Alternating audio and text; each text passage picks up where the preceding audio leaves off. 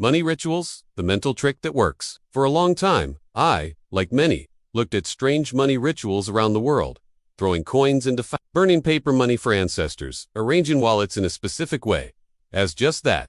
Strange, quaint superstitions, cultural oddities, perhaps even a bit silly, if we're being honest. Things people did because, well, that's what their grandparents did. There wasn't much more thought given to it. But then, a different kind of thought started to creep in. I began to look past the surface-level actions and consider the human element more deeply. What if these weren't just about hoping for external magic to shower down riches? What if the real magic, the real mechanism at play, was happening inside the person performing the ritual? It struck me that we often dismiss things we don't immediately understand, especially when they involve belief systems that seem irrational from a purely logical, transactional viewpoint of money.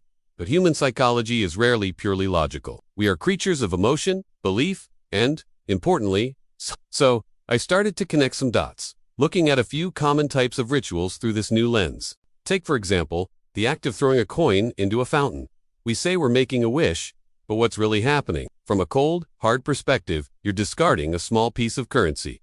But psychologically, it's more nuanced. By giving up something of value, however small, you're performing a micro-commitment, a tiny payment towards that wish. This act can make the desire feel more legitimate in your own mind, almost as if you've now invested in it. This isn't about the fountain gods smiling upon you. It's about how that small sacrifice subtly shifts your own internal commitment or perception of deserving that outcome. Think about it in your own life, even outside of money. When you verbally commit to a goal in front of someone, or write it down, you're performing a similar act. You're making it more concrete, adding a layer of psychological weight. It's a small step, but it can prime your mind to be more receptive to opportunities related to that goal, or more motivated to pursue it. The coin in the fountain could be seen as a very basic, almost primal version of this. Then there's the practice of decorating with money symbols, money trees, lucky coins, charms, or even just keeping cash visible in certain ways. The common belief is that this attracts wealth.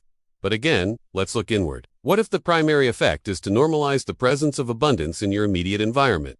It's a form of environmental conditioning. By constantly seeing symbols of prosperity, you might be subtly reducing your own financial anxiety. You're creating a visual narrative that wealth is a natural, achievable state. This isn't about a mystical energy field, it's about shaping your own mental landscape. This principle has applications far beyond just money. Consider how athletes use visualization, picturing themselves succeeding, or how creating a clean, organized workspace can make you feel more focused and productive. You're curating your environment to support a desired internal state. If you want to cultivate a mindset of abundance or reduce scarcity thinking, surrounding yourself with representations of that desired state can be a surprisingly effective, albeit subtle, tool for some. And finally, consider the rituals around organizing money or wallets according to strict rules, like some interpretations of feng shui. For those unfamiliar, is an ancient Chinese practice of arranging spaces to create harmony and balance with the natural world, often believed to influence fortune. So, you might have rules about which compartment money goes into, what direction your wallet should face, or not putting your purse on the floor. The idea is that this directs positive energy,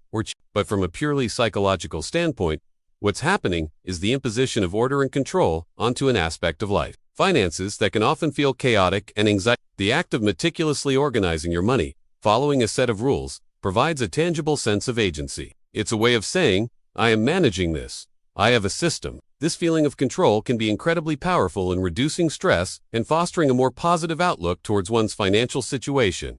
Regardless of whether energy flows are actually being manipulated, this is something we can all apply. When life feels overwhelming, tackling a small, manageable organizational task, cleaning your desk, organizing a drawer, planning your meals for the week, can have a disproportionately positive impact on your overall sense of calm and capability. It's not about the drawer itself. It's about the feeling of mastery and order you've created, which then spills over. So, when you combine these observations, the micropayment of the coin toss, the environmental conditioning of money decor, and the sense of agency from meticulous organization, a pattern emerges. These strange rituals aren't necessarily about directly influencing external, supernatural forces. Instead, they appear to be sophisticated, often unconscious, strategies for self-regulation and psychological conditioning.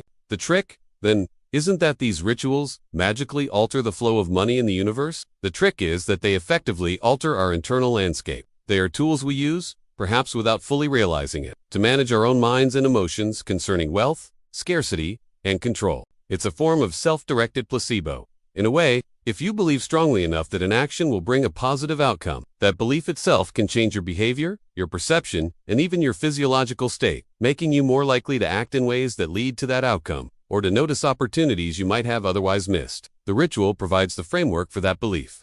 This isn't to say there's no value in tradition or cultural heritage. Those are important in their own right. But understanding the underlying psychological mechanisms doesn't diminish these practices.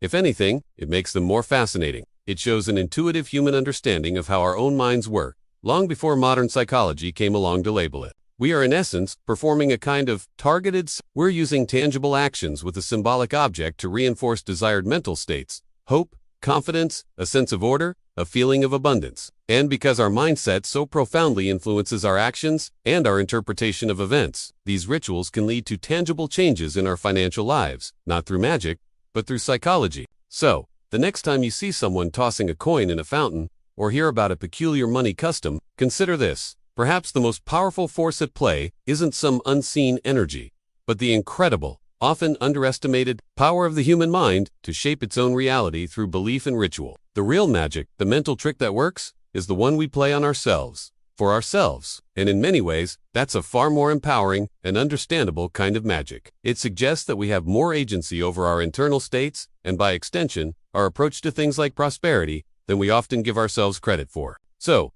how can we harness this understanding in our everyday lives, beyond specific money rituals? It's about recognizing the power of small, intentional actions to shape our mindset. Think about your morning routine. Instead of just rushing through it, what if you incorporated a tiny, deliberate act that symbolizes what you want to cultivate for the day? It could be as simple as taking a moment to consciously appreciate one thing you have before you even get out of bed. A micro ritual of gratitude. This isn't about attracting more things. It's about shifting your internal baseline towards appreciation, which can color your entire day. The benefit: a more positive outlook, reduced stress, and perhaps a greater ability to notice the good things already present. Consider your workspace. Even if you don't subscribe to feng shui, the act of keeping your desk clear, or having one small item that represents focus or success to you, can be a daily ritual. Every time you sit down, that small act of order, or that symbolic item, reinforces a sense of control and purpose. The benefit here is enhanced focus and a subtle boost in confidence as you tackle your tasks. Even how you handle your finances, on a very practical level, can become a beneficial ritual. Instead of dreading looking at your budget or expenses, what if you reframed it as a weekly check-in with your goals? Spending just 10 to 15 minutes reviewing where you are, not with judgment, but with a sense of proactive management, can transform an anxiety-inducing task into an empowering one. This ritual of engagement builds financial literacy and a sense of control, reducing the fear of the unknown. The key is that these don't need to be grand gestures. They are small, consistent actions that over time condition our minds. It's about creating personal micro-rituals that align with the mental states we want to foster. Whether that's calm, focus, gratitude, or a sense of abundance. The benefit isn't a magical outcome, but a more resilient, positive, and empowered internal state, which naturally influences how we navigate the world and pursue our goals. These are just a few ideas. The real power lies in identifying what resonates with you and what small, consistent actions you can integrate into your life to consciously shape your own mental landscape. Thanks for joining me on this exploration. If you're curious to learn a bit more or find some resources that might help you on your own path, I invite you to check out the description below. You might find something useful there.